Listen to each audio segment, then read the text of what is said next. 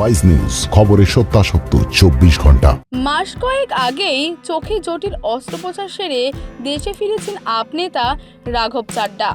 বিয়ের 1 বছর ঘুরতে না ঘুরতেই স্বামীর এমন অবস্থা নিয়ে বেজায় চিন্তায় পড়ে গিয়েছিলেন পরিণীতি চোপড়া। চমকিলার প্রচার সেরে তড়িঘড়ি লন্ডনে চলে যান অভিনেত্রী। তবে এখন রাঘব একেবারেই ফিট। শনিবার লোকসভার 6ষ্ঠ দফার ভোট, আর গোটা দেশের পাখির চোখ রয়েছে দিল্লির দিকে। আর ভোট উপলক্ষে 25 তারিখ গোটা দিল্লিতে সরকারি ছুটি ঘোষণা করা হয়েছে।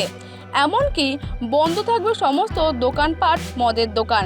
এদিকে আজ ভোটের জন্য আগাম প্রার্থনা জানাতে মন্দিরে গিয়েছিলেন অভিনেত্রী।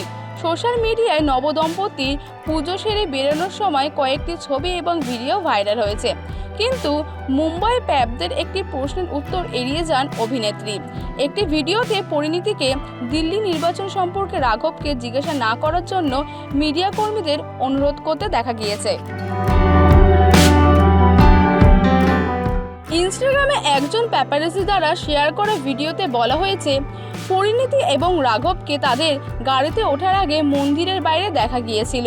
সেখানে প্যাপারাজি এবং মিডিয়া ব্যক্তিরা রাঘবকে দিল্লিতে নির্বাচন সম্পর্কে জিজ্ঞাসা করছিল, কিন্তু নির্বাচনের বিষয়ে কথা বলতে সম্পূর্ণ এড়িয়ে যান।